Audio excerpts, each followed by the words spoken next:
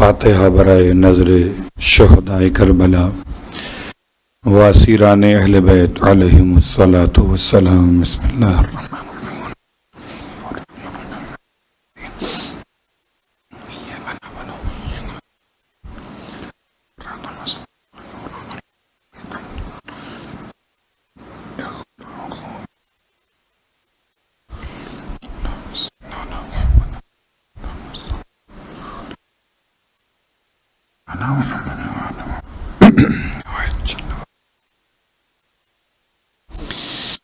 اعوذ باللہ من الشیطان اللعین الرجیم۔ بسم اللہ الرحمن الرحیم۔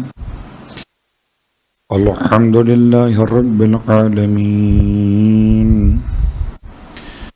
والصلاة والسلام علی اشرف الانبیاء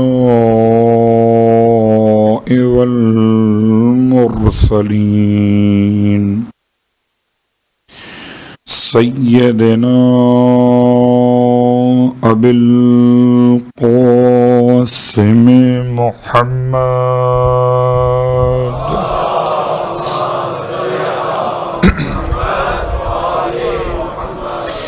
وعلى أهل بيته الطيبين الطاهرين واللعنة الدائمة على أعدائهم أجمعين. أما بعد فقد قال الله تبارك وتعالى في كلامه الحميد وفرقانه المجيد قوله الحق وهو أصدق القائلين. بسم الله الرحمن الرحيم. إن الله اشترى من المؤمنين أنفسهم وأموالهم بأن لهم الجنة يقاتلون في سبيل الله فيقتلون ويقتلون وعدا عليه حقا في التوراة والإنجيل والقرآن،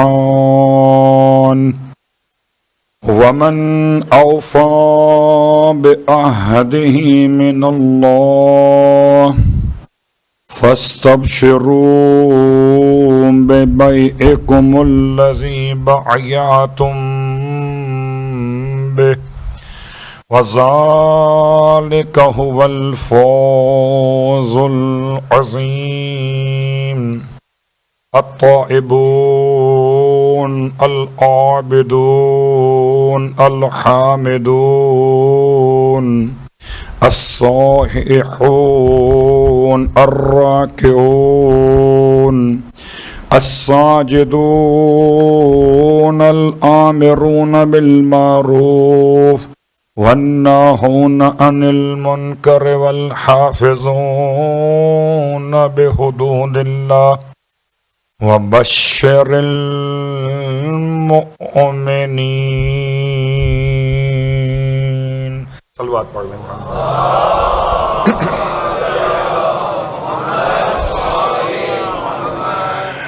تعریفیں اس خدا کے لیے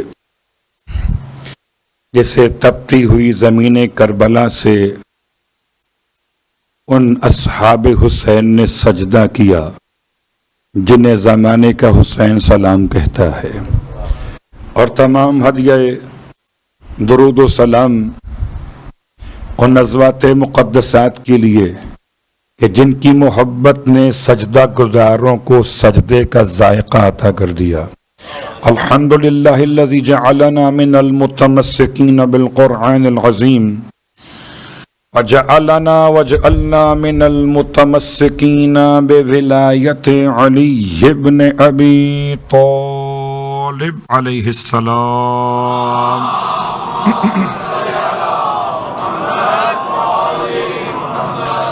عظم اللہ اجورنا واجورکم بمصابنا بالحسین علیہ السلام وجعلنا وإياكم انشاء اللہ من الطالبین بثأرہ مع ولیہ الامام المہدی من آل محمد علیہم السلام.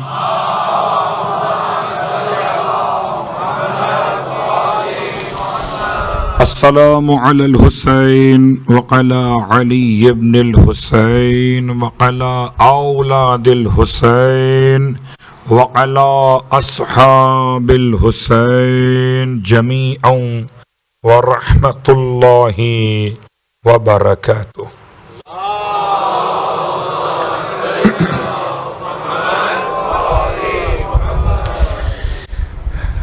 اما بعد، شکر خدائے شہیدان کربلا کہ اس نے عزت عطا فرمائی برائے ذکر شہیدان کربلا. حسن انتخاب خدا ہے کہ ہم جیسوں کا نام بھی شامل ذکر شہدائے کربلا ہے.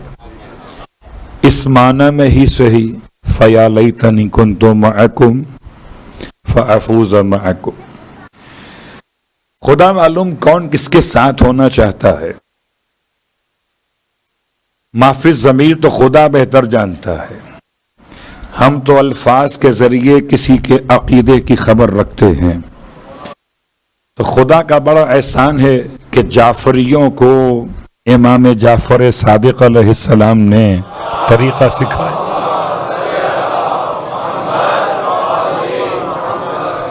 اٹھتے بیٹھتے کہیے، نہ کہ صرف زیارت وارثہ میں کہیے، فرش عزا پر آ کر کہیے، اپنے آفس میں جاب کے ذمہ داری کے ساتھ کہیے،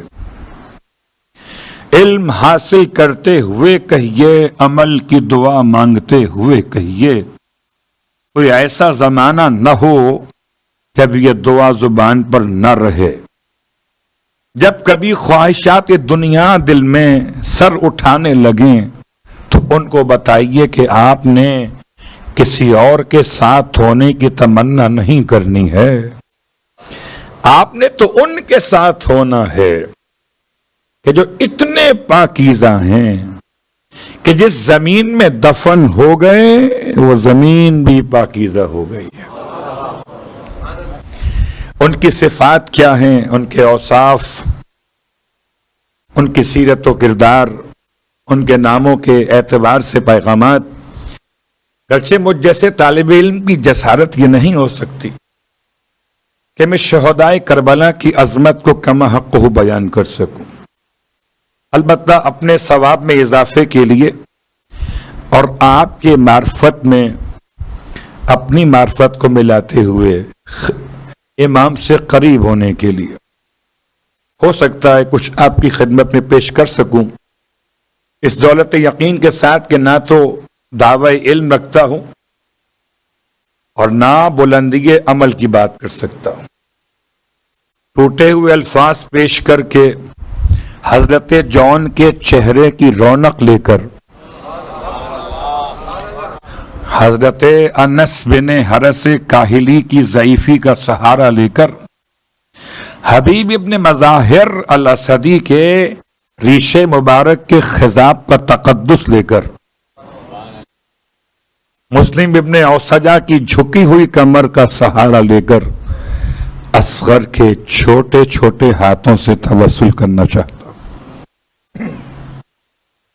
ترنامے کلام میں 2 آیتوں کی تلاوت اور اس سے پہلے عنوان آپ کی خدمت میں اناؤنس ہو چکا ہے. اصحاب حسینی از کوفہ تا کربلا.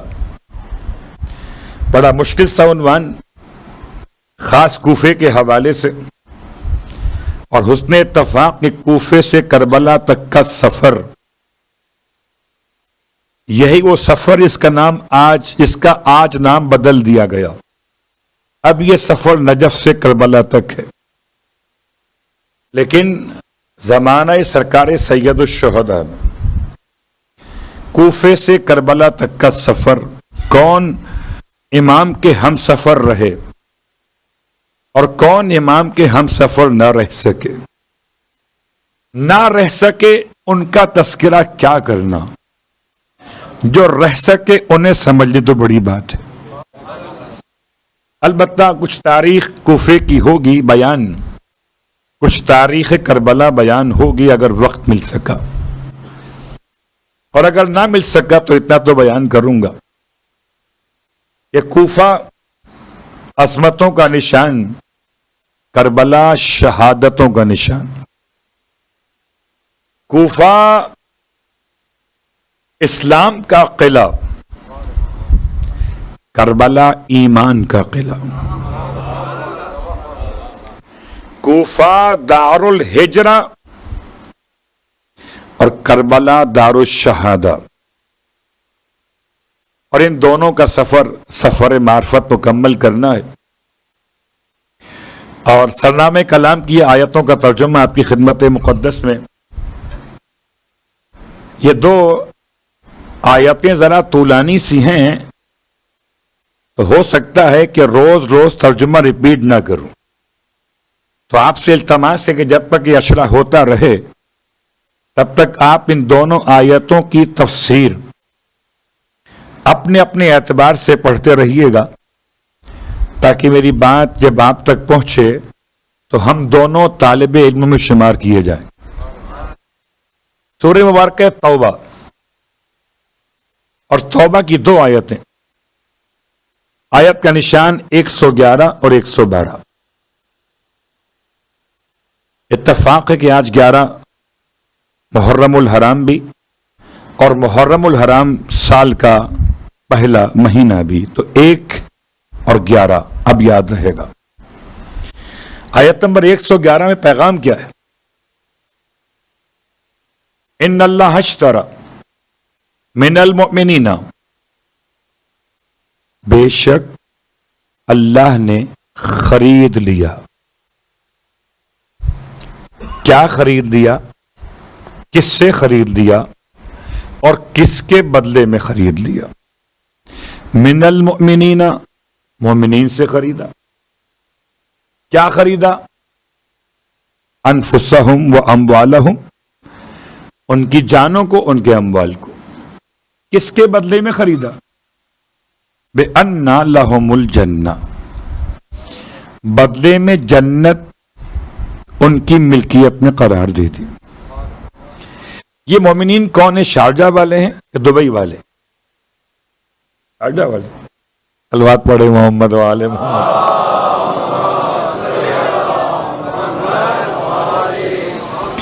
قبلہ آیت میں لفظ شارجہ نہیں ہے، کیا کروں؟ آیت میں لفظ دبئی بھی نہیں ہے، نہ حجاز ہے، نہ عراق، نہ مکہ، نہ مدینہ، نہ کوفہ، نہ کربلا۔ آیت کا مزاج ایسا ہے کہ پیغام دیتی ہے صفات بتا بتا کر، اب خود ڈھونڈ لو کہ تم ان میں شامل ہو کہ نہیں ہو۔ یقاتلون فی سبیل اللہ، راہ خدا میں میدان شہادت میں آنے والے۔ فیقتلون ویقتلون، راہ خدا میں دشمن خدا کے مقابل پر جہاد کرنے والے، اور پھر اس جہاد کے نتیجے میں شہید ہو جانے والے۔ میں نے ہر ترجمے کو بڑا سنبھل کے مکمل کیا ہے جان بوجھ کر، الفاظ کے اصل ترجمے سے ہٹتے ہوئے۔ وَيَقْتُلُونَ وَيُقْتَلُونَ وَعْدًا عَلَيْهِ حَقًّا فِي التَّوْرَاةِ وَالْإِنْجِيلِ وَالْقُرْآنِ، خدا کا یہ وعدہ ان مومنین سے جن کی جان اور مال کو اس نے خرید لیا ہے جنت کے بدلے میں، یہ وعدہ خدا نے کہاں لکھ دیا ہے؟ کوئی ایگریمنٹ ہوا ہے؟ بغیر لکھے ہوئے کسی وعدے کی اور کسی معاہدے کی اہمیت نہیں ہوتی۔ اسی لیے جب حضرت آدم علیہ السلام نے اپنی عمر کے 40 برس جناب داؤد کو دیے تو خدا نے لکھوا لیا. اور جب جناب آدم کی موت کا وقت آیا تو آپ نے ملک الموت سے سوال کیا کہ ابھی 40 سال باقی ہیں، ابھی کیوں آ گئے؟ تو وہ لکھی ہوئی تحریر کام آ گئی. اس کا مطلب یہ ہرگز نہیں ہے کہ خدا 40 سال دینے میں بخل کرتا تھا. جو خدا 2000 سال تک حضرت آدم کو وہاں رکھے، اس کے لیے 40 سال کی کیا حیثیت تھی؟ بتانا مقصد یہ تھا کہ اے آدمیو، تمہارے باوا بھی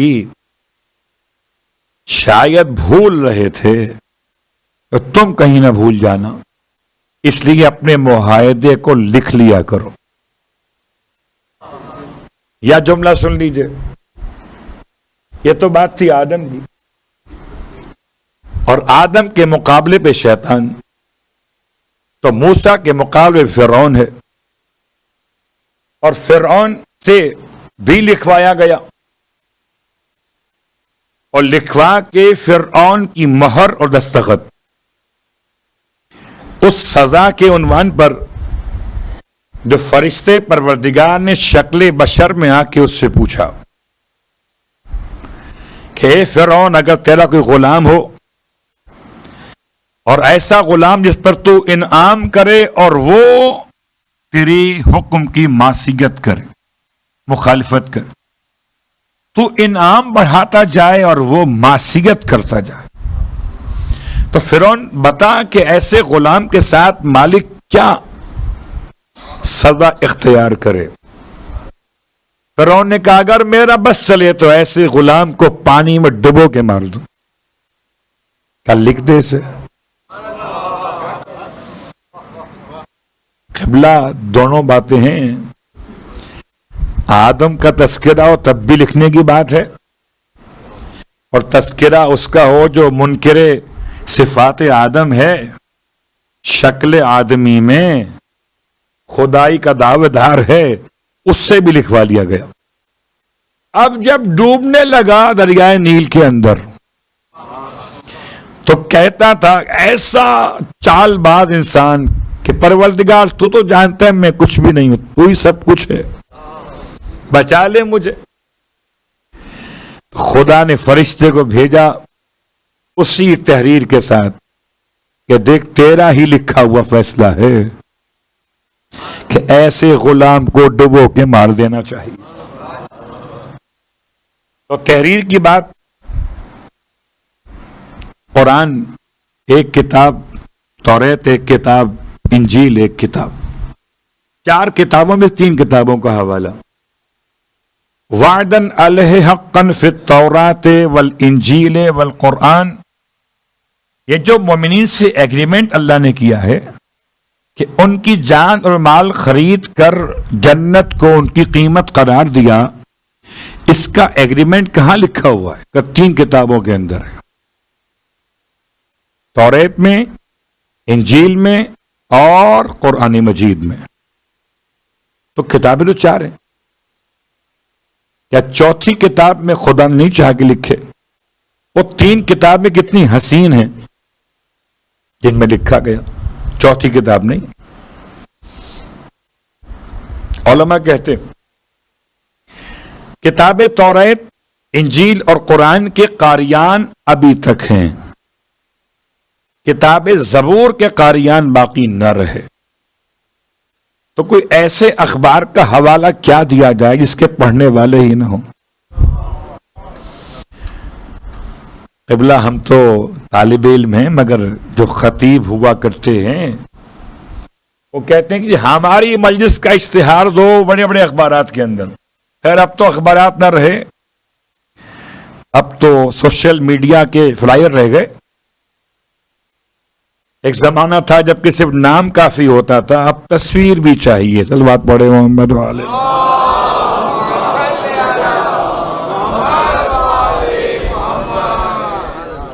میں کیا بیان کروں؟ مجھ سے پوچھ گئے کہ صاحب آپ کی تصویر کہاں پر ہے؟ میں نے کہا میرا نام لوگ جانتے ہیں، تصویر کی ضرورت نہیں ہے، لیکن نہیں مانتے لوگ. آپ دیتے ہیں اٹھا کے. خیر کہا جی جتنے بڑے بڑے لگائیں گے پوسٹرز اتنا ہی بڑا نام ہوگا. خدا کہتا ہے ہم نے بھی ایسا ہی کیا ہے. 3 بڑے اخبارات میں اشتہار دے دیا ہے اور 3 بڑے اخبارات کا نام بھی دے دیا, کتاب توریت, انجیل اور قرآن. وَمَنْ أَوْفَىٰ بِعَهْدِهِ مِنَ اللَّهِ. اور اب کون ہے جو اللہ سے زیادہ اپنے وعدے کی وفا کرتا ہو؟ اللہ اکبر. فَاسْتَبْشِرُوا بِبَيْعِكُمُ الَّذِي بَایَعْتُم بِهِ. بس تمہیں چاہیے خوشیاں مناؤ جو تم نے خدا سے یہ تجارت کی اس کی وجہ سے. اللہ اکبر. اتنا بلند کیا خدا نے اہل ایمان کو کہ خدا مومنین سے تجارت کر رہا ہے. اور تجارت بھی عجیب ہے, خدا بیچ نہیں رہا, خرید رہا ہے. خدا کا خریدنا خدا کے عاجزی کی دلیل نہیں ہے. خدا خرید کر بھی قادر ہے اور ہم بیچ کر بھی عاجز ہیں. بس یہ خیال رہے کہ کسی جملے سے ذہن کہیں اور نہ نکل جائے. وَاسْتَبْشِرُوا بِبَيْعِكُمُ الَّذِي بَایَعْتُم بِهِ وَذَلِكَ هُوَ الْفَوْزُ الْعَظِیمُ. اور وہ بڑی عظیم کامیابی ہے. کون لوگ ہیں یہ؟ التائبون, آیت نمبر 112. توبہ گزار ہیں. العابدون, اور خالی توبہ نہیں کرتے بلکہ عبادت بھی کرتے. الحامدون, خالی عابد نہیں ہیں بلکہ حامد بھی ہیں, حمد خدا بھی کرتے ہیں. السائحون, سائحون کے 2 معنی لیے گئے, ایک روزہ ایک اعتکاف. یہ خدا کے گھر میں آ کے قیام کرتے ہیں اور خدا کے لیے دن بھر روزے کی حالت میں رہتے ہیں. الراکعون, یہ رکوع بھی کرتے. الساجدون, یہ سجدہ بھی کرتے. اللہ اکبر. ایسا لگ رہا ہے جیسے خدا ان مومنین کی ایک ایک نقل و حرکت کی تعریف کر رہا ہے. ورنہ ایک بات کافی تھی کہ بس یہ ہمارے خالص بندے ہیں, کیا ضرورت تھی کھول کھول کے بتانے کی. ابے جو رکوع کرتا ہوگا وہ سجدہ بھی تو کرے گا. الگ الگ کہنے کی کیا حاجت ہے, لیکن ایسا محسوس ہوتا ہے کہ خدا کو ان کا رکوع اتنا پسند ہے کہ سجدے سے پہلے ہی ان کے رکوع میں انہیں معراج بخش دی ہے.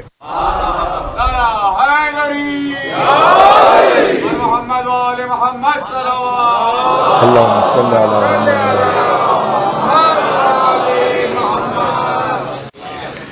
ورنہ رکوع اور سجدے کو الگ الگ بیان کیسے ہو سکتا؟ کوئی ایسی نماز ہے جس میں رکوع ہوتا اور سجدہ نہ ہوتا؟ ایسی نماز تو ہے اس میں رکوع سجدہ دونوں نہیں ہیں. ایسی نماز کوئی نہیں ہے جس میں رکوع تو ہو سجدہ نہ ہو. میں سمجھتا ہوں خدا بتانا چاہتا ہے ان کا رکوع بھی ایسا ہے کہ دنیا والوں کو چاہیے کہ ان کے رکوع کے ساتھ رکوع کیا کریں. یہ بھی قرآن کی آیت ہے. الساجدون, وہ سجدہ گزار بھی. الآمرون بالمعروف والناہون عن المنکر, وہ اچھائی کا حکم بھی دیتے ہیں. قبلہ اچھائی کا حکم وہی دے گا جو اچھائی کو جانتا ہوگا. جو اچھائی کو جانتا ہی نہ ہو, کچھ لوگوں کو یہ خام خیالی ہے کہ وہ اچھائی کو جانتے ہیں. میں سمجھتا ہوں صفائی کو جانتے ہیں, اچھائی کو نہیں. صلوات پڑھے محمد و آل محمد.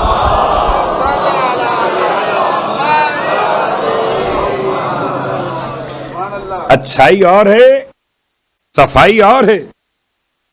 النظافت من الایمان، نظافت ایمان کا حصہ ہے، یا صفائی آدھا ایمان ہے. عجیب بات ہے، آدھا ایمان لے کے سمجھتے ہیں کہ معروف کی باتیں بیان کر سکیں گے. ارے آدھا ایمان ان کو نصیب ہوتا ہے جنہیں کل ایمان کی محبت نصیب ہو جائے. الآمرون بالمعروف. ایک جملہ آپ کی خدمت میں، اور کبھی وقت ملا کرے تو زیارت آل یاسین پڑھا کریں. مجھے معاف کیجئے، وقت ملا کرے نہیں، وقت نکالا کریں.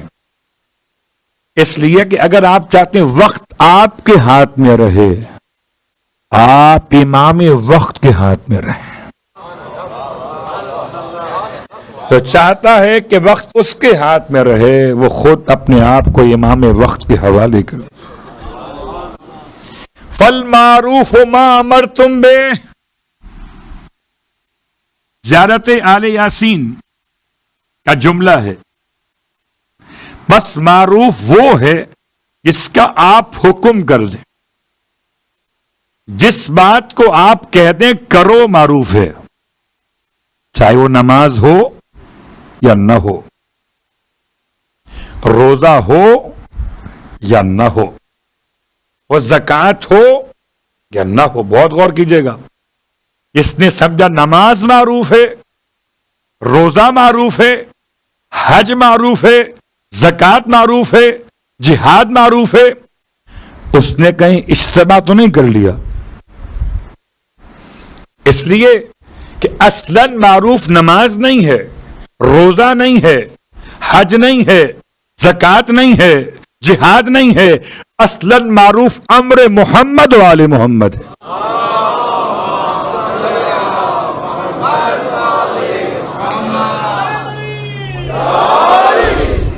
اگر آل محمد کہہ دیں کہ نماز معروف تو نماز معروف، آل محمد کہیں کہ روزہ معروف، روزہ معروف. ورنہ قبلہ فاقہ، ورنہ ایکسرسائز تو سب کر لیتے. بھوکا رہنے میں کیا مشکل ہے، اور ڈونیشن دینے میں کیا پرابلم ہے؟ زکوٰۃ نہیں ہے، ڈونیشن ہے. نماز نہیں ہے، ایکسرسائز ہے. روزہ نہیں ہے، بلکہ اپنے آپ کو سلم بنانا ہے.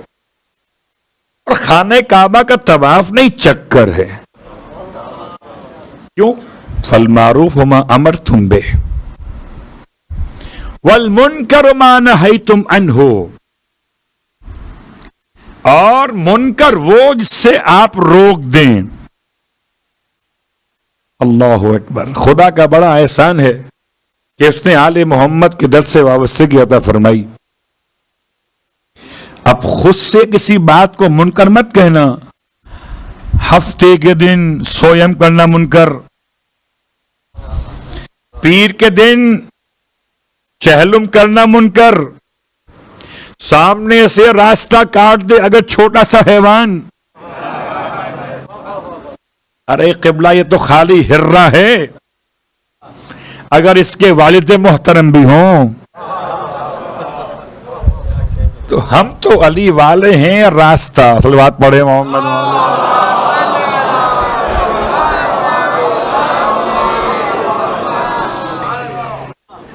یہ سارے توہمات نکال دے ذہن سے. منکر کیا ہے؟ اس سے آپ روک دیں. تو اب غور کیجئے گا، معروف اور منکر کے لیے دیکھتے جاؤ آل محمد کو. جو کہتے جائیں اسے معروف کہو، جس سے روکتے جائیں اسے منکر کہو. بس الآمرون بالمعروف والناہون عن المنکر والحافظون لحدود اللہ. آخری کی صفت یہ ہے کہ اللہ کی حدود کی حفاظت کرتے. کیوں قبلہ؟ اللہ خود اپنی حدود کی حفاظت نہیں کر سکتا؟ اللہ کے حدود کی حفاظت یہ کرتے؟ جی. اب پتہ چلا حافظ قرآن اور ہیں، حافظ حدود خدا اور ہیں. تو اب پہلے تلاش کر لو حدود خدا کیا ہیں، تب سمجھ میں آئے گا کہ حافظ کیا ہے. اور آخری جملہ ترجمہ مکمل ہو رہا ہے، بشر المؤمنین. ان دو آیتوں کا کمال یہ شروع ہوتی ہیں مومن کے پیغام سے اور مکمل ہوتی ہیں مومن کی بشارت پر. اور اے محمد صلی اللہ علیہ وآلہ وسلم،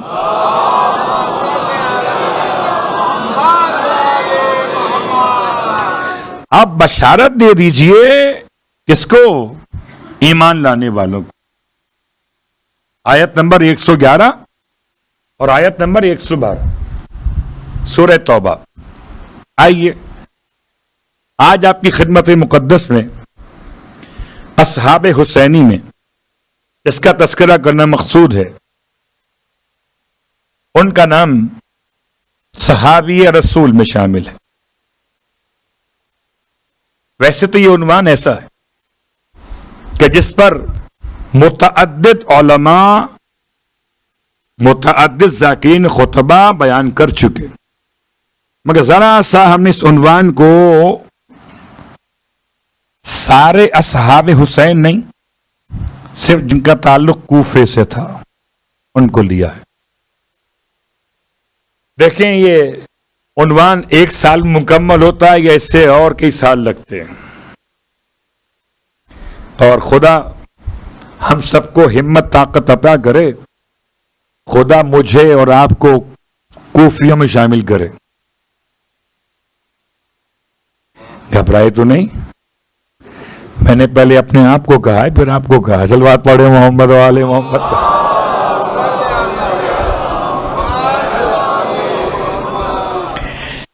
اور یہ کوفے کی تعریف کا ایک انداز ہے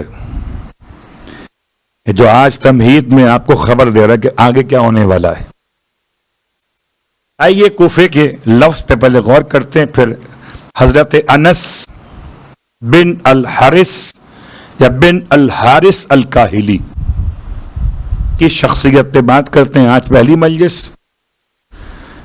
اور لفظ کوفہ کیا ہے؟ کوفے کی تاریخ، کوفے کی اہمیت آہستہ آہستہ آپ کی خدمت میں آئے گی. آج صرف لغات کی بحث کرتے ہیں. کوفہ حسین ترین لفظ ہے. اس کے 3 معنی بیان کیے گئے. معجم البلدان کو دیکھ لیجئے، یاقوت حموی نے کیا بیان کیا. لسان العرب دیکھ لیجئے، ابن منظور نے کیا بیان کیا. یا دیگر لغات مجمع البحرین دیکھ لیجئے کہ کوفے کے معنی کیا ہے. کوفے کے معنی ذلت نہیں ہے، کوفے کے معنی پستی نہیں ہے. پھر کوفے کے معنی کیا ہے؟ 3 معنی ہے. پہلا معنی، ایسے علاقے کو کوفہ کہتے ہیں جہاں سرکل المستدیرہ دائرے میں ریت جمع ہو جاتی ہو. جہاں ریت دائرے کی شکل میں جمع ہو جائے اس زمین کو کوفہ کہتے ہیں. پہلا معنی.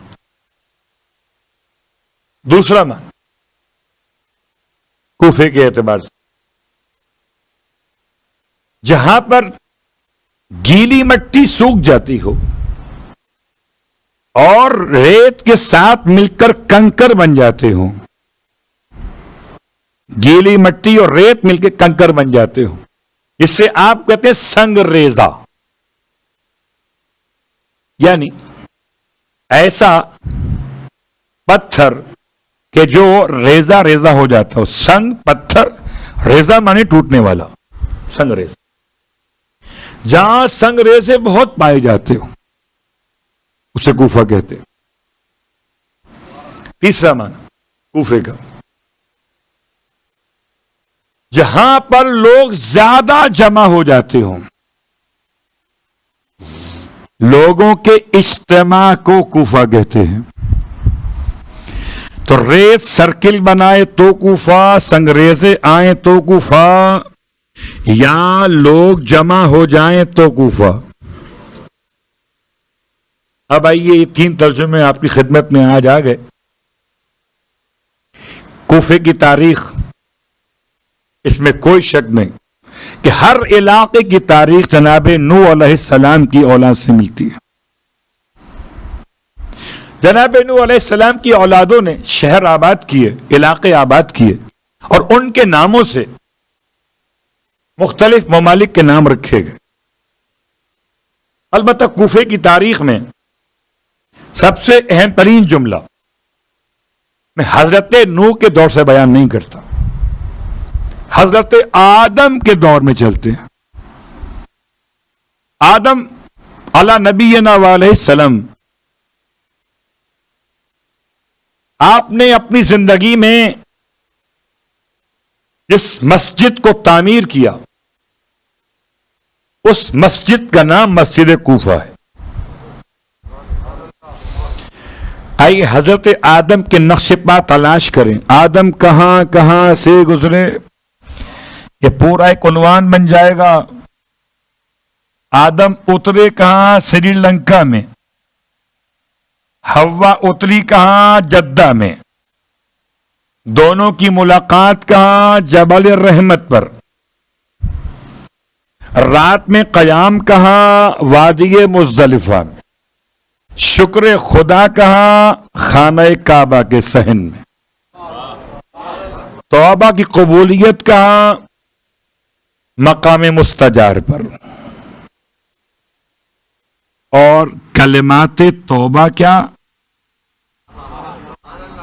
آدم یاد ہیں، حوا یاد ہیں، ان کا جنت سے نکلنا یاد ہے، ترک اولا یاد ہے، قبولیت توبہ یاد ہے. وہ کلمات یاد کیوں نہیں ہوتے؟ پتا چلا جو آدم کی خالص اولاد ہے اس سے یاد ہے. لفظ خالص کہیں غیر خالص کو برا نہ لگ جائے. بات یہ کہ جو بیٹا اپنے باپ کی بات نہ مانے اسے میں کیا کہوں؟ نہ ہنجار کہوں، نہ فرمان کہوں، یا غیر خالص کہوں، کیا کہوں؟ حضرت آدم علیہ السلام کی توبہ قبول ہوئی. الفاظ کیا تھے؟ اللہم انی اسألک بحق محمد وعلی وفاطمۃ والحسن والحسین الا ان تب علی. اے خدا، واسطہ محمد کا، واسطہ علی کا، واسطہ فاطمہ کا، واسطہ حسن حسین کا، کہ تو میری توبہ قبول کر لے. آدم پہ لاکھوں سلام. طریقہ سکھا گئے کہ اگر مجھ جیسا معصوم بھی خدا سے ریکویسٹ کرنا چاہے تو سفارشی نام 5 ہیں.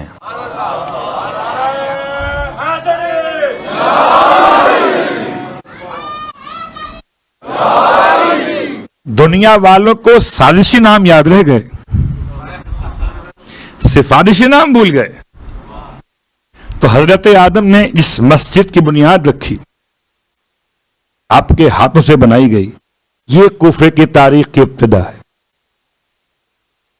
خدا آپ کو، ہم سب کو مسجد کوفہ کی زیارت نصیب کرے، کیونکہ مسجد کوفہ مسجد حرام کے مقابلے پر، مسجد نبوی اور مسجد بیت المقدس یا مقدس کے مقابلے پر قدیم ترین مسجد ہے. خطہ آدم، اس کے نقشے کو مرتب کیا جناب آدم نے، حضرت آدم. اور اسی اعتبار سے مسجد کوفہ میں 11 مقامات میں سے ایک مقام آدم ہے. حضرت آدم کی آمد روح زمین پر، اور آپ نے کوفے کی تاریخ کا آغاز کیا. سرکار ختم یہ مرتبہ صلی اللہ علیہ وآلہ وسلم نے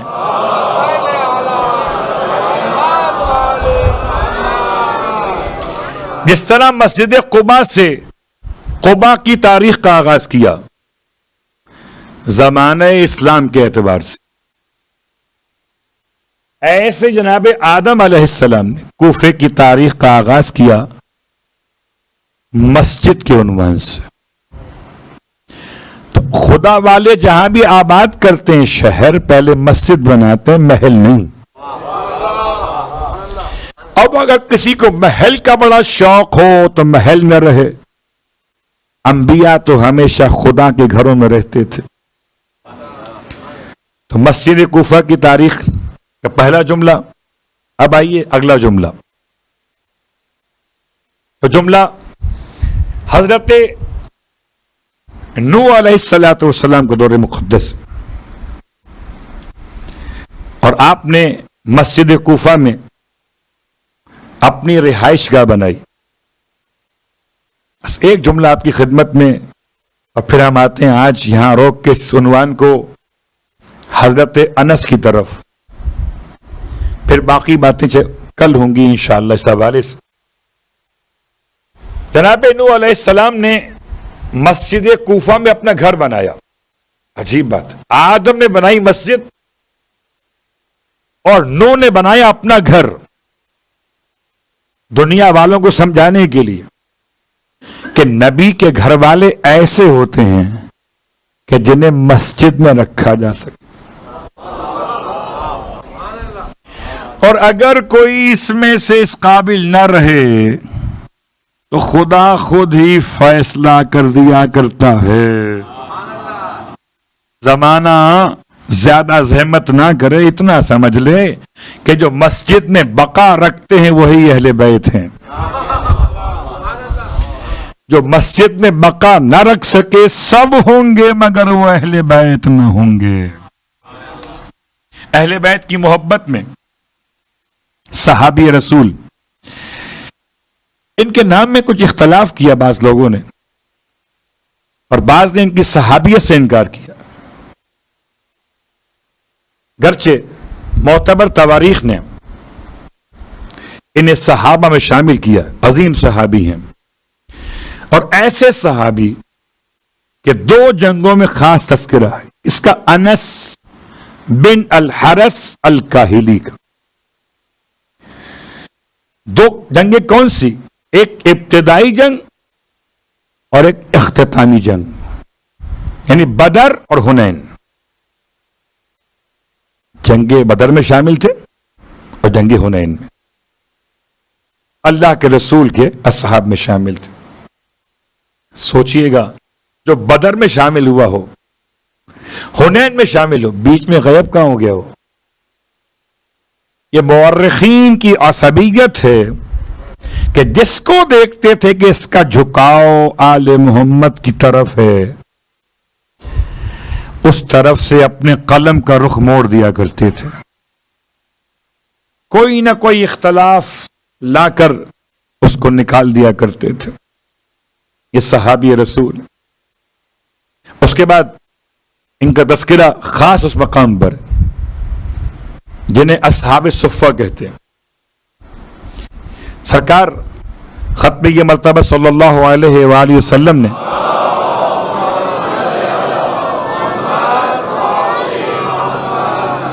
اللہ کے رسول نے اپنے اصحاب کے لیے ایک کہہ لیں آج کل کے ماحول میں کیا نام دوں، اسے یہ کہوں کہ اللہ کے حبیب نے دسترخوان کھول دیا تھا ایک۔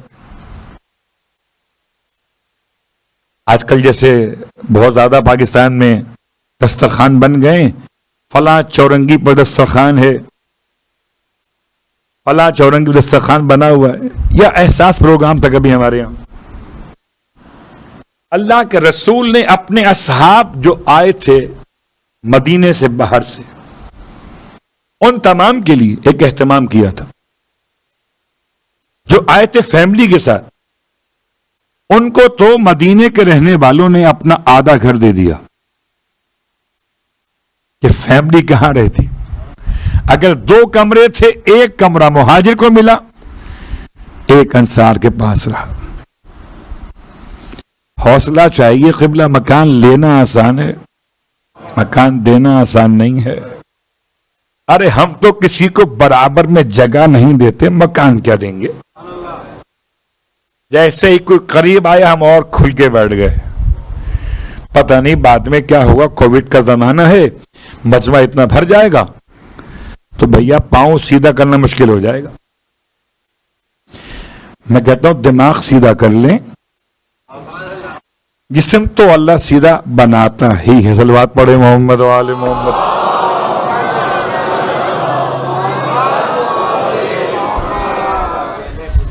بات واضح ہو رہی ہے. تو آئیے غور کیجئے, انس بن حارث الکاہلی کو اصحاب صفہ میں لکھا. یہ صفہ کون تھے؟ وہ لوگ تھے کہ جن کی فیملی ابھی نہیں آئی تھی, جو اکیلے تھے. اللہ کے رسول نے ان سب کو اپنا مہمان بنایا, اور ایسے مہمان بنایا کہ چونکہ گھر میں گنجائش نہیں تھی تو اپنے گھر کے باہر ایک چبوترا بنوا کے اس پر ان کو رہائش کی اجازت دے دی. آپ ان کا اتنا خیال رکھتے تھے کہ ان کو ڈیلی بیسس پر روزانہ ایک مد کھجور دی جاتی تھی. روٹی سالن نہیں ملتا تھا بھائی. آج کل تو نیاز میں ہم حلیم سے کم پہ تو بات نہیں کرتے, وہ الگ بات ہے. عجیب بات ہے, کل فاقہ شکنی کی مجلس تھی اور ایک صاحب کہتے وہ مسالے کہاں ہیں, مولا شہید ہو رہے ہیں, انہیں چاہیے لیمو, تلی ہوئی پیاز کہاں ہیں. اللہ اکبر. اللہ کے رسول کے اصحاب وہ صفہ والے وہ دن اور رات میں صرف کھجور کھاتے تھے. یہ غربت کا زمانہ ہے. یوں کہہ لیجئے کہ پیغمبر کی محبت میں سب کچھ چھوڑ کر آئے تھے. جو مصطفیٰ کی محبت میں سب چھوڑ کے کھجور کھا لیں تو پھر ہم اور آپ مولا حسین کی محبت میں ذائقے چھوڑ کے کیوں نہ سادہ کھانا کھا لیں. ہر روز ایک مد ہر صحابی کو ملتی تھی. میں کہتا ہوں ابھی خیبر فتح نہیں ہوا کہ خیبر میں ذوالفقار کا صدقہ مل جائے. ابھی تو فاطمہ کی ماں کا صدقہ مل رہا ہے. جب خیبر فتح ہوگا تب دیکھا جائے گا, ابھی تو بہت دور کا مسئلہ ہے. پھر اللہ کے حبیب کہیں سے کھانا اگر آ جاتا تھا تو رات کے کسی پہر میں کسی نے کھانا پہنچا دیا, کہیں سے کوئی عمدہ کھانا آپ تک آ گیا, آپ آتے تھے اور 10 آدمیوں کو اٹھاتے تھے. کیوں کہ اس چبوترے پر 400 آدمی تک سوئے ہیں میکسیمم. سوچئے گا 400 افراد صحابی, ان کے نام کیوں نہیں آتے جو آل محمد کے وفادار تھے؟ ان میں سے یہ بھی. تو پیغمبر 10 آدمی کو اٹھاتے تھے تاکہ سب کی نیند خراب نہ ہو. تب کھانے کے انتظام میں نہ اٹھ کے بیٹھ جائیں. 10 کو کھلایا, انہیں سلا دیا, بالکل جیسے کوئی ماں اپنے بچوں کے ساتھ. اور پھر آپ آ کے بیٹھ جاتے تھے, مجھ سے باتیں کیا کرتے تھے. تو یہ انس بن حارث الکاہلی پیغمبر کے اتنا قریب تھے صفہ کے عنوان میں. اور صفہ کے افراد کے لیے 2 کے نام خاص ملتے ہیں جو بہت زیادہ سخاوت کیا کرتے تھے. ایک سرکار سید الشہداء امام حسین علیہ الصلوۃ والسلام,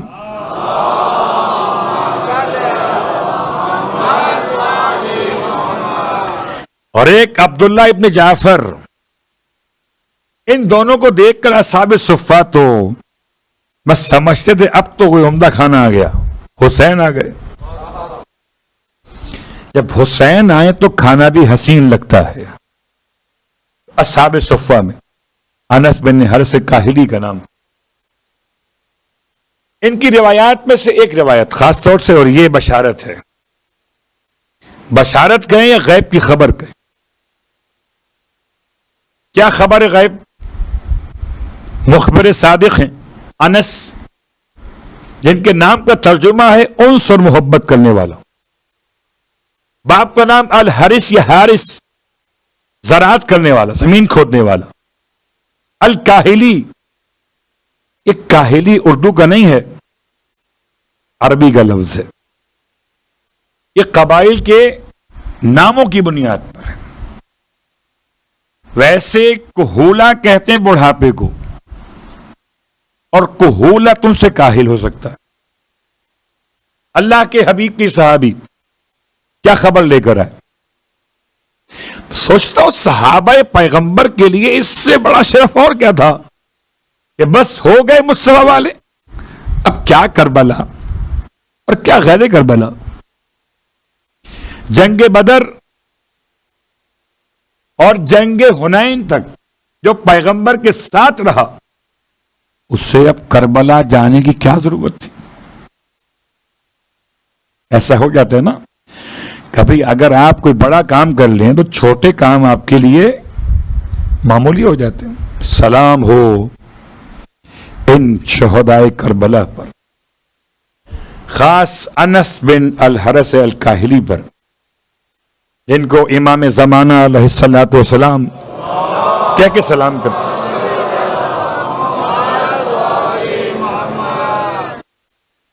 السلام، آپ فرماتے ہیں علی انس بن الحارث الکاہلی شرفن علی شرفن، ان کے لیے شرف کے بعد شرف ہے. صحابیت بھی ہے اور کربلا میں نصرت ایمان بھی ہے. یہ کوفے کے رہنے والے تھے. میں نے اس لیے آپ سے کہا تھا خدا مجھے اور آپ کو کوفی بنائے کہ انس جیسے کوفی صحابی رسول. پیغمبر نے ارشاد فرمایا ان سے کہ سمے تو ان رسول اللہ ہے، میں نے سنا اللہ کے رسول کو فرماتے ہوئے، جو ان کے انکار کرنے والے ہو کہتے نہیں وہ تو انہوں نے اپنے والد سے نقل کیا ہے، بن حارث سے. سمے تو ان رسول اللہ، میں نے اللہ کے رسول کو فرماتے ہوئے سنا. صحابی کی پہچان یہ ہے کہ وہ کسی اور کا نام بیچ میں نہیں لاتا. میں نے سنا ہے. کیا سنا ہے؟ فرمایا ان ھذا ابنی الحسین، پیغمبر نے فرمایا کہ بے شک یہ میرا بیٹا حسین، ابنی الحسین، یقتل بارض، قتل کیا جائے گا ایک ایسی زمین پر، یقال لہا کربلا، جسے کربلا کہا جائے گا. فمن شہد ذالک منکم، اب تم میں سے جو بھی اس وقت موجود ہو، فلینصرہ، اسے چاہیے حسین کی نصرت کرے. ایک بات دعوت فکر کے طور پر ہم سمجھ سکتے ہیں کہ کوئی حدیث پیغمبر کی ایسی کہاں ملے گی جو کسی ایک صحابی نے سنا ہو. صرف پیغمبر بیان کرتے تھے. ہاں مولا کائنات کی بات تو الگ ہے، عام اصحاب کی بات کر رہا ہوں. جب پیغمبر بیان کرتے تھے تو یا خطبہ دیا کرتے تھے یا کھڑے ہو کے بیان کرتے تھے. شکل وعظ ہے، شکل اجتماع ہے. تو تمام اصحاب میں سے کچھ تو ایسے ہوں گے کہ جنہوں نے سنا کہ حسین کربلا میں قتل کیا جائے. اب چاہیے اس کو جو اس وقت موجود ہو حسین کی مدد کرے. بس عزیزو، اللہ کے رسول کی حدیث سننا، پھر اس کے مطابق اپنے آپ کو حسین تک پہنچانا. یہ کوفے سے نکل کر کربلا پہنچے.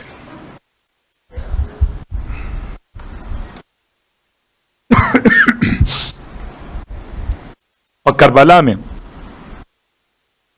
امام کی خدمت میں ان کی عمر کے بارے میں اختلاف. جب کوئی صحابی یا رسول ہوگا تو اس کی عمر کتنی ہوگی؟ کربلا کا واقعہ پیش آیا 61 ہجری میں. پیغمبر کب شہید ہوئے؟ 11 ہجری میں. 50 سال کے بعد یہ واقعہ پیش آیا.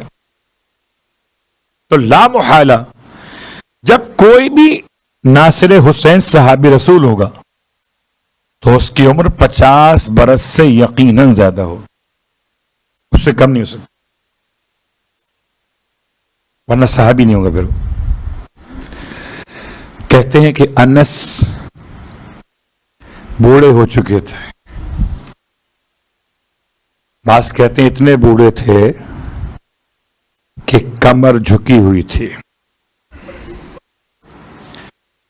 امام کی خدمت میں، امام کی محبت میں انہوں نے واز بھی کیا ہے.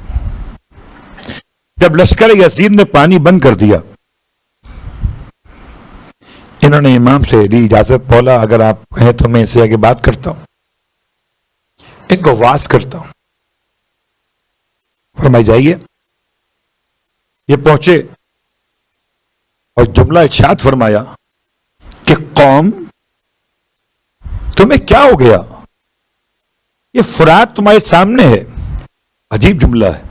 اس فرات سے کلب بھی ہیں، خنزیر بھی ہیں، مجوسی بھی ہیں، آل محمد میں بھی ہیں. اللہ. کبھی اگر ہم تاریخ کربلا پوری پڑھیں تو اندازہ ہوتا ہے کہ کس کس نے کیا جملے.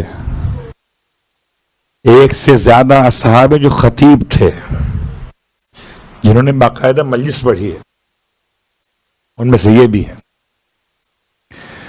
تو معلوم جواب کیا ملا؟ جواب دیا لشکر یزید نے، کسی شخص نے، کہ تم اور آل محمد تو موت کے گھونٹ پیو، تمہیں یہ فرات کا پانی نہیں مل سکتا. قطرہ قطرہ تم اب اپنی موت پیو، اپنی ہلاکت پیو. یہ کہہ کر انس واپس پلٹ آئے کہ یہ شیطان کا گروہ ہے، اسے واز نہیں کیا جا سکتا. اللہ اکبر. پھر کیا شوق شہادت ہے مولا کی خدمت میں. اچھا اگر بوڑھے ہیں تو کیا ایسا نہیں کہ بوڑھوں کو شہادت سے استثناء مل گیا ہو؟ آپ بوڑھے ہیں، بیٹھ جائیے، آپ چل نہیں سکتے، آپ پھر نہیں سکتے. عجیب بات تھی، کربلا میں کسی شہید کو بیٹھنے کا شوق نہیں تھا. ہر شہید اس بات پہ روتا تھا کہ مجھے اجازت کب ملے گی. ایسا لگتا تھا کہ جیسے اصل مطلب حیات نہیں ہے، شہادت ہے. نہ بوڑھوں نے اپنے آپ کو بڑھاپے کا بہانہ دیا. رونے والوں عجیب بات ہے، خدا کی بارگاہ میں جب کوئی انسان ضعیف ہو جائے تو نماز بیٹھ کے پڑھ لیتا ہے.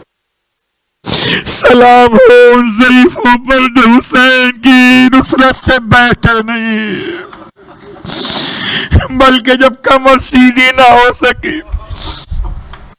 رونے والوں، میں نے ابھی سر سے امامے کو اتارا ہے نا مصائب پڑھنے کے لیے، جیسے کہ علماء کرتے. انس نے اپنے سر کے امامے کو اتارا. میں سوچتا تھا کہ امامے کا استعمال یہاں کیا ہوگا، امامے کا استعمال یہاں پر کیا ہوگا. انس نے امامہ کھولنا شروع کیا اور کھول کر اپنی کمر کے لیے پٹکا بنا لیا. اجرکم اللہ. رونے والوں، خدا آپ کو کوئی غم نہ دے. انس ہیں اپنی کمر کو مضبوطی سے باندھنے کے لیے. اور ایسا ہوتا ہے آپ کو اندازہ ہے کہ گاؤں دیہات میں اور آج کل شہروں کے اعتبار سے کمر کی بیلٹس ملتی ہیں باندھنے کے لیے جو کمر سیدھا کرتی ہیں آدمی کی. کہتے ہیں ان کے چہرے پر جھریاں پڑ چکی تھیں اور اس حد تک تھیں کہ ان کی پیشانی کی کھال ان کی آنکھوں پر بھووں کے ساتھ گری رہتی تھی تو دکھائی کم دیتا تھا. اپنے جیب سے رومال کو نکالا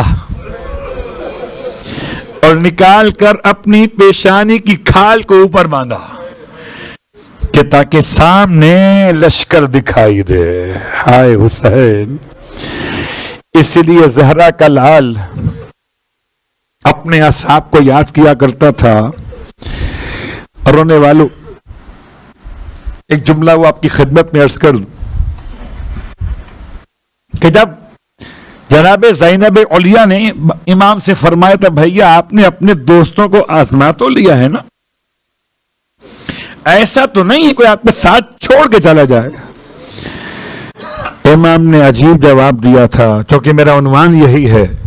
امام کا جواب تھا بہن میرے اصحاب وہ ہیں کہ جنہیں شہادت کا ایسے شوق ہے جیسے کسی بچے کو ماں کے سینے کا شوق ہوتا ہے.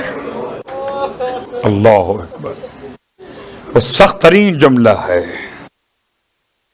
یعنی وہ جملہ جو مولائے کائنات نے فرمایا تھا کہ ابو طالب کا بیٹا موت سے اتنی محبت کرتا ہے جیسے بچہ شیر مادر دسترخوان مادر سے کرتا. وہ جملہ امام نے فرمایا اپنے اصحاب کے لیے. ہائے رونے والوں, کسی طرح خبر پہنچ گئی. خبر کس نے پہنچائی؟ پہنچانے والا کون تھا؟ نافع بن ہلال. اور پہنچے حبیب کے پاس. حبیب بیٹھے مصلی پر, کہنے لگے فریاد کر کے تم نمازیں پڑھ رہے. حبیب نبی زادیاں پریشان ہیں. حبیب انہیں یقین تو دلا دو کہ امام کا ساتھ چھوڑ کے نہیں جاؤ گے. حبیب نے سارے اصحاب کو بلا لیا. سب کے سب خیمہ زینب کے باہر آ کر کھڑے ہو گئے. دستے ادب جوڑ کے کہتے تھے نبی زادیو اگر ہماری وفا پہ یقین نہ ہو تو ہم صبح ہونے سے پہلے اپنی تلواروں سے اپنی گردنیں کاٹ دیں. کیا دعائیں جناب زینب نے دی ہوں گی,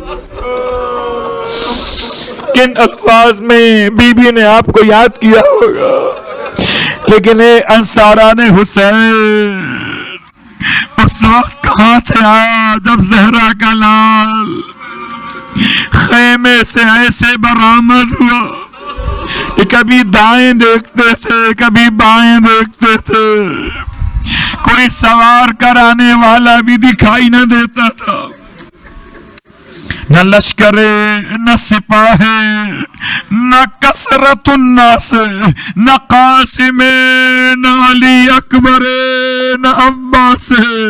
امام نے اپنے چاہنے والوں کو آواز دینا شروع کی. کبھی حبیب کو پکارا, کبھی ابن اوسجا کو پکارا, کبھی زہیر کو پکارا. شہیدوں کے لاشیں تڑپتے جاتے تھے. کہتے جیسے ہی جملہ سنا جناب زینب خیمہ زینب کے پردے کے پیچھے سے فرماتی تھی بھیا اگر اجازت ہو تو بہن باہر آ جائے آپ کو سوار کرانے کے لیے. رونے والوں میں سوچتا ہوں مولا خود سوار کیوں نہیں ہو پا رہے تھے. تو دل پہ ہاتھ رکھ کے سوچنا اس کی کمر ٹوٹی ہوئی ہو, اسے آنکھوں سے دکھائی نہ دیتا ہو, وہ گھوڑے پہ سوار کیسے ہو. جناب زینب سے فرمایا بہن تم ابھی نہ نکلنا, ہم اکیلے سوار ہو جائیں گے. اجرکم اللہ. رونے والوں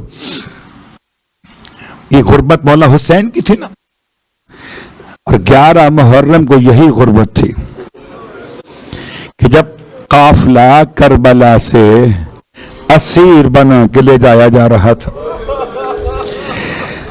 مجھے احساس ہے کہ آپ بہت رو چکے ہو.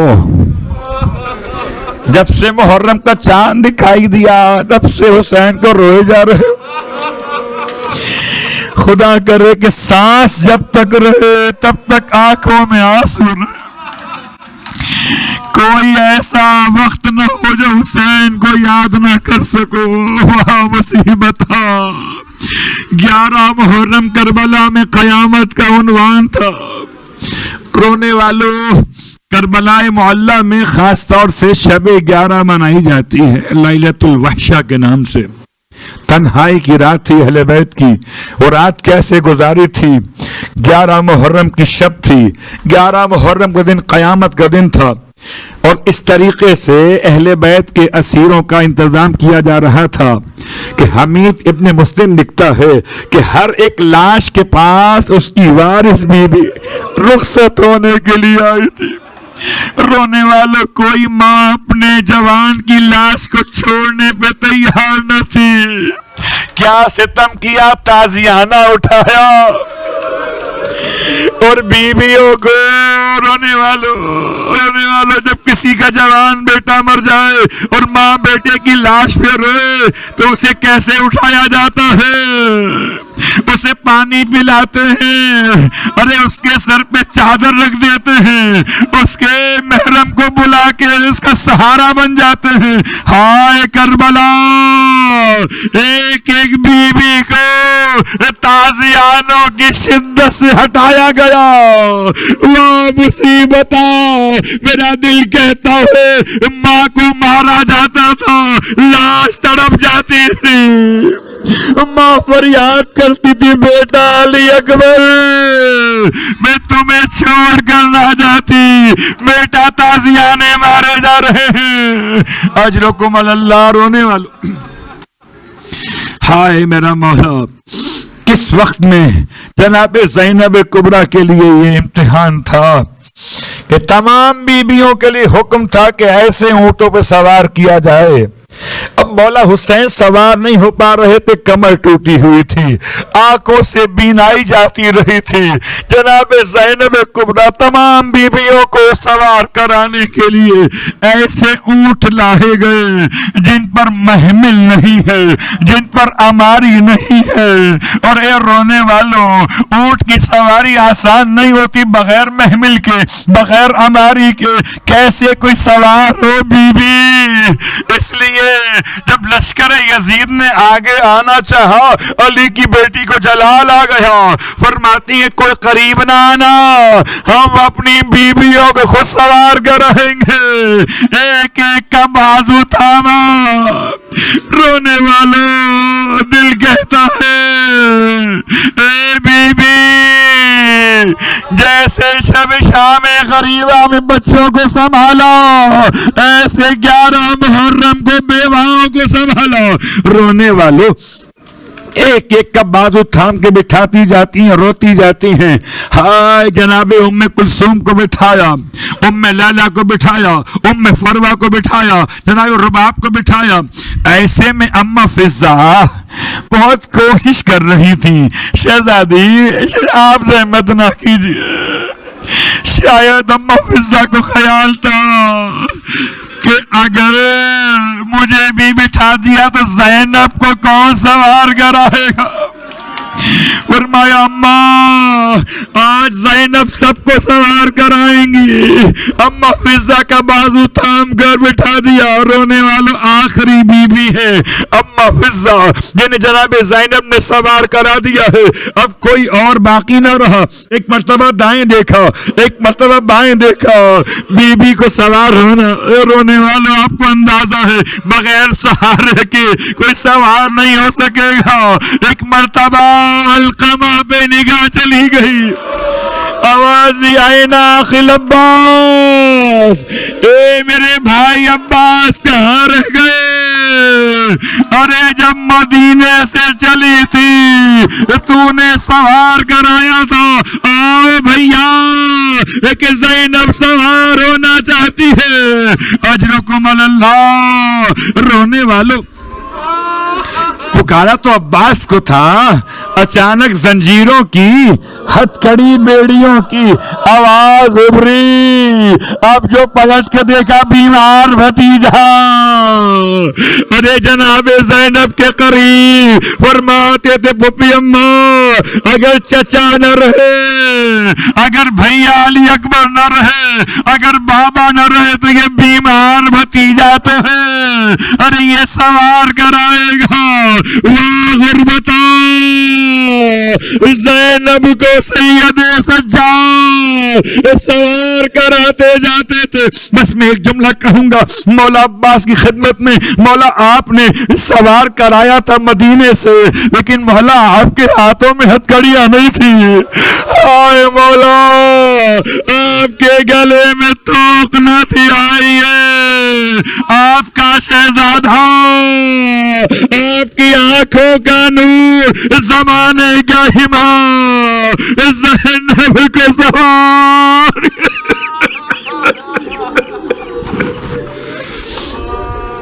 اللہ ولعنۃ اللہ علی القوم الظالمین وسيعلم الذين ظلموا أي منقلب ينقلبون. بارلا واسطہ محمد و آل محمد کا ہماری اس عبادت کو اپنی بارگاہ میں قبول و مقبول فرما. بارلا واسطہ محمد و آل محمد کا اس امامے کا واسطہ جسے انس نے اپنی کمر پہ باندھا تھا. اے خدا ہم جیسے غلاموں کو علم کی معرفت کی خیرات نصیب فرما. پروردگار اس رومال کا واسطہ جو انس نے اپنی پیشانی پر باندھا نصرت حسین کے لیے, خدایا جو آنسو رومال میں جمع کیے جاتے ان کو رومال زہرا میں جگہ عطا فرما. پائر اللہ واسطہ محمد و آل محمد کا میرے مالک تمام شرکائے مجلس کی حوائج شرعیہ کو پورا فرما. پائر اللہ واسطہ محمد و آل محمد کا نام حسین پر غذائے مادی تو ملتی ہے مالک, غذائے مانوی بھی عطا فرما. پائر اللہ واسطہ محمد و آل محمد کا کاش اس جملے کو ہم صحیح طور پہ ادا کر سکیں. خدایا ہمیں کربلا والوں کے ساتھ مشہور فرما. پائر اللہ واسطہ محمد و آل محمد کا روز قیامت کربلا والوں کی شفاعت نصیب فرما. جنت میں کربلا والوں کے قدموں میں غلاموں کو جگہ نصیب فرما. امام زمانہ علیہ الصلوۃ والسلام کے ظہور میں تعجیل فرما, اور ہم سب کو امام علیہ الصلوۃ والسلام کے ادنا ترین خدمت گزاروں میں شامل فرما. ربنا تقبل منا انک انت السمیع العلیم بجائے محمد وآلہ المعصومین برحمتک یا ارحم الراحمین.